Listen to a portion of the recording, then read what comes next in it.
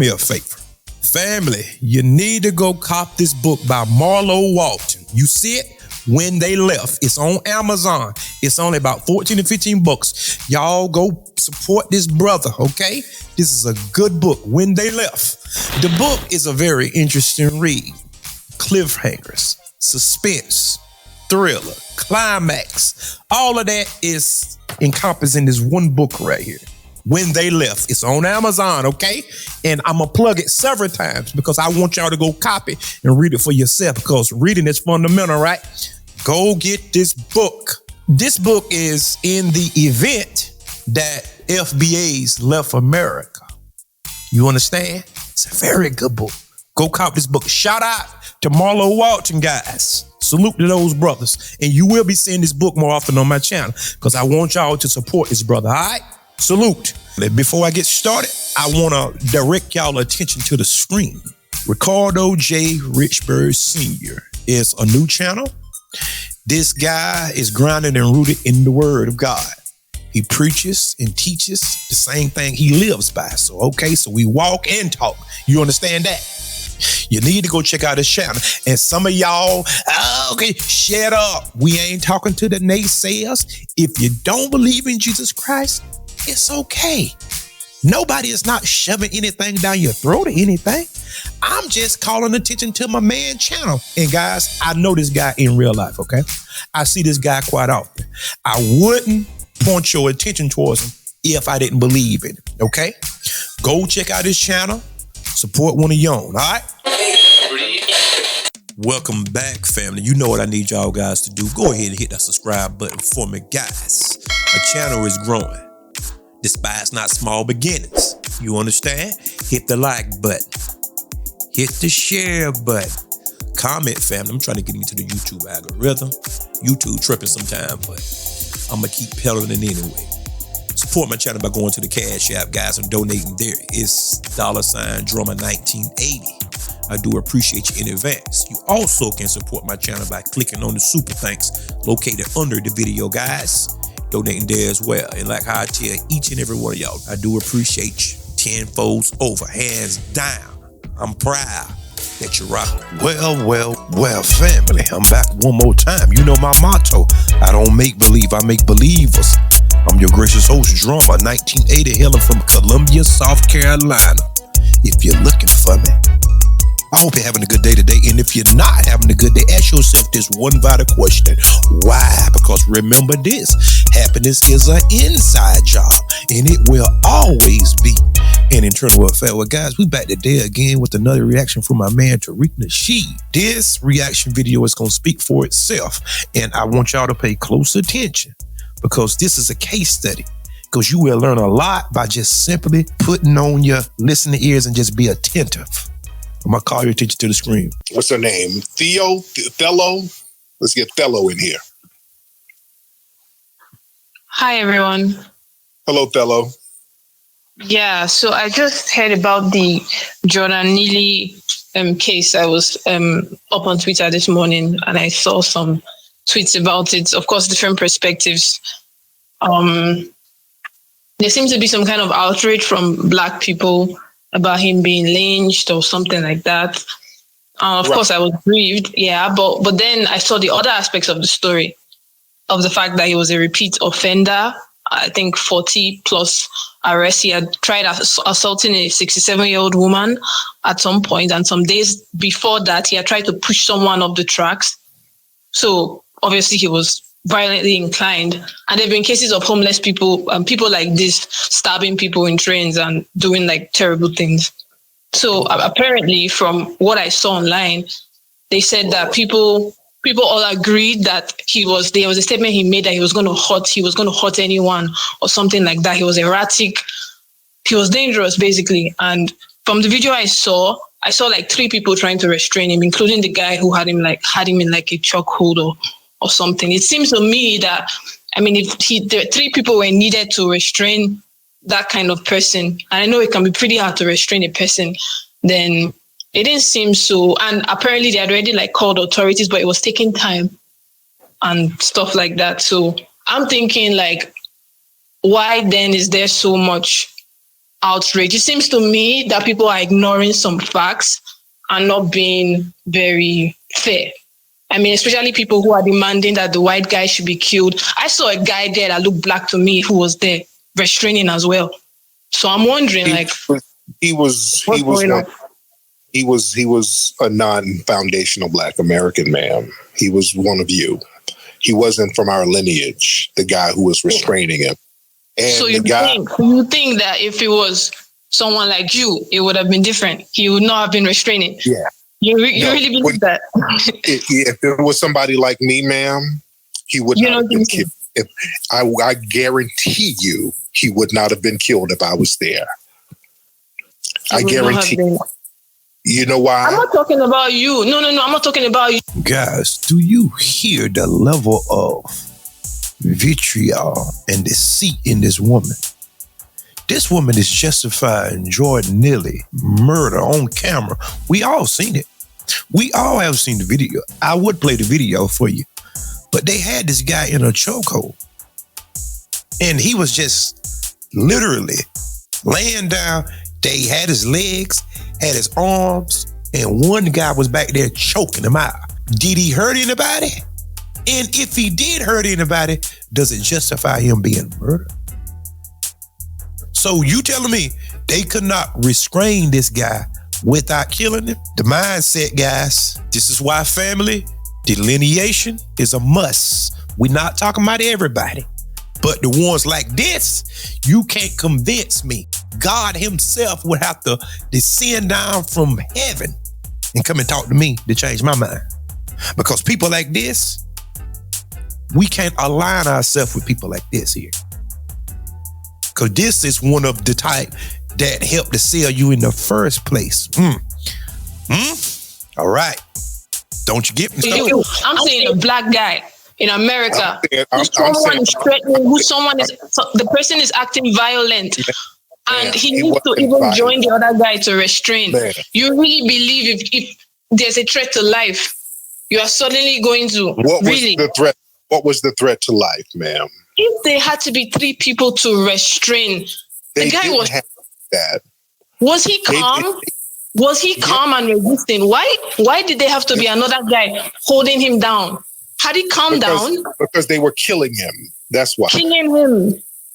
And they killed him. They were killing him. That's why they had to hold him down. You are ignoring obvious facts because you want to push an agenda. That's what I see there. You're ignoring obvious facts. It's just like the judge, for example, the George Floyd case.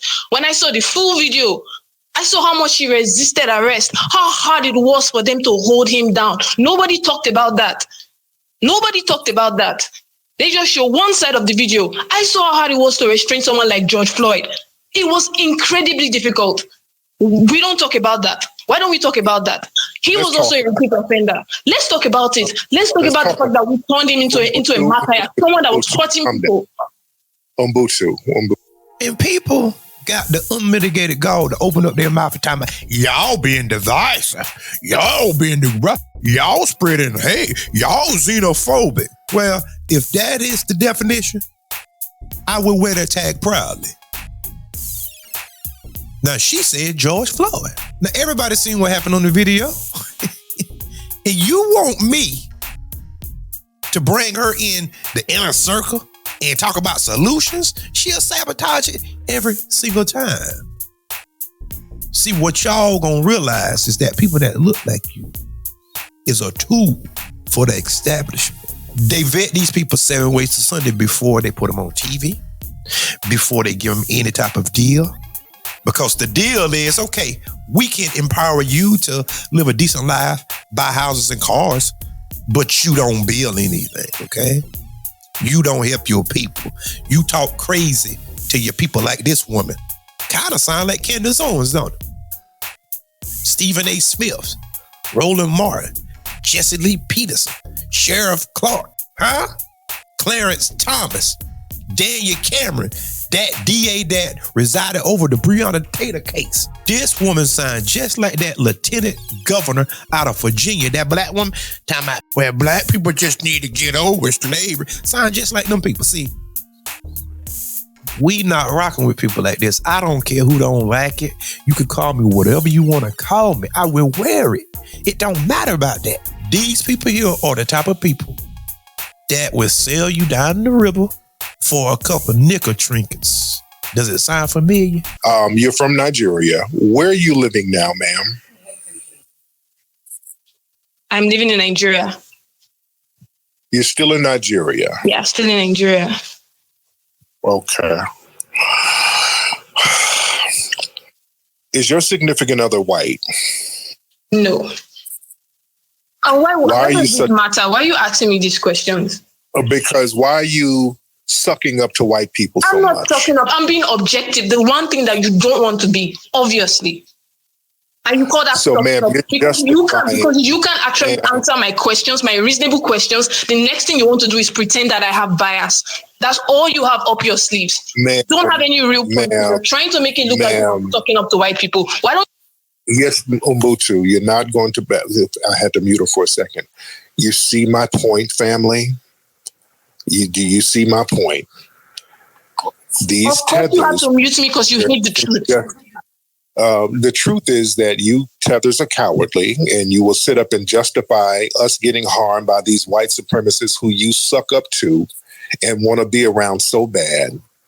That's pathetic, ma'am. And this is why your homelands have failed, ma'am, because you're professional white ass kissers who will not stand up to white supremacy. And you have contempt for us. And you're just like the tether that sat up on that train and let that brother get killed. And this is what I'm trying to warn my foundational Black American family about, ma'am. So you're being a great example of what I've been telling people. Umbutu? Are you here, ma'am? Ma'am, are you here? I do not have you muted, ma'am. Unmute your microphone, ma'am. She's probably babbling right now. And she probably doesn't realize that her microphone is off. Abasola, turn your microphone back on, ma'am. Okay. Do y'all see my point? This is why we delineate, family. This is why it's so important for us to delineate. We have these non-FBA people. They're not about to lift a finger against white supremacy. Let's just come to terms with that, FBA family. These folks are not going to lift a finger. And we got some riders. Let me be fair. We do have some brothers and sisters who are riders, but we got too much of this coming. And she says she's in Nigeria, which she's probably not. Her ass is probably somewhere in Cleveland. I don't know where she is. But even if she's in Nigeria, she's campaigning for a green card. They understand if we want to get over there to America, we have to hit these niggas. So she's already got the talking points down. This woman is trying to get a green card. This woman is already practicing to get her green card. This is what she's going to say at the immigration office. George Floyd, that nigga had fentanyl. She's already practicing her bullshit. That nigga was being aggressive. She's already practicing her tether babble, guys. Let me tell you something. I'm about justice. If the guy was causing harm to people, jumping on people, stabbing people up or something, and then they choked him out, well, but this guy just snuck up behind him and just grabbed him, and they restrained this guy, 3 of them, and choked him out. Now, let's say, hypothetically speaking, the races were reversed. This wouldn't even be a question. This wouldn't even be a question. This wouldn't even be up for debate, and you know I ain't lying. Let's just say the George Floyd situation. Let's switch the races. It wouldn't even be up for discussion. As a matter of fact, do anybody remember that officer up in Minnesota? I believe his name was Muhammad Noir, and he shot a white woman named Justine something. And you seen how long that took, right? This woman was acting crazy and ran up on the police, and they shot her, right? Okay. And you see how much the settlement was? And this man went to prison quickly. It didn't take no 3 or 4 years, no 5, 6, 7, 8 years. Snap of a finger. The wheels of justice was turning quickly that day. It was well oiled, if you understand. And you have people that will get online and get in these chat room forums, all this, and they want to discuss and try to justify the murder of unarmed people. And a lot of people like this woman will be in chat rooms and clubhouses and Twitter spaces known as X, and they will literally try to justify the murders. I can't lock arms with nobody like that. And if I was castigated and ostracized, that's fine. I'm built for it. I'd rather have 100 sound people than to have 10,000 idiots. You understand? Let me say that again. I'd rather have 100 sound individuals that know what's going on, that's fully aware of the situation at hand, okay? Then to have 10,000 babbling buffoons amongst me. You understand? Family, you heard it for yourself. I didn't add anything. I didn't take away anything. You heard it. So now, make your own judgment, all right? And guys, go ahead and hit that subscribe button and come on back to see me, because this is what we do on this side. We analyze. We tell the truth. And some people are allergic to the truth. Some people run away from the truth. That's why they can't grow in life in general. Because truth is painful sometimes. But truth is necessary all the time. God almighty, I'm finna heat up, but I got to go though. All right? But guys, until next time, peace. And remember, there is more.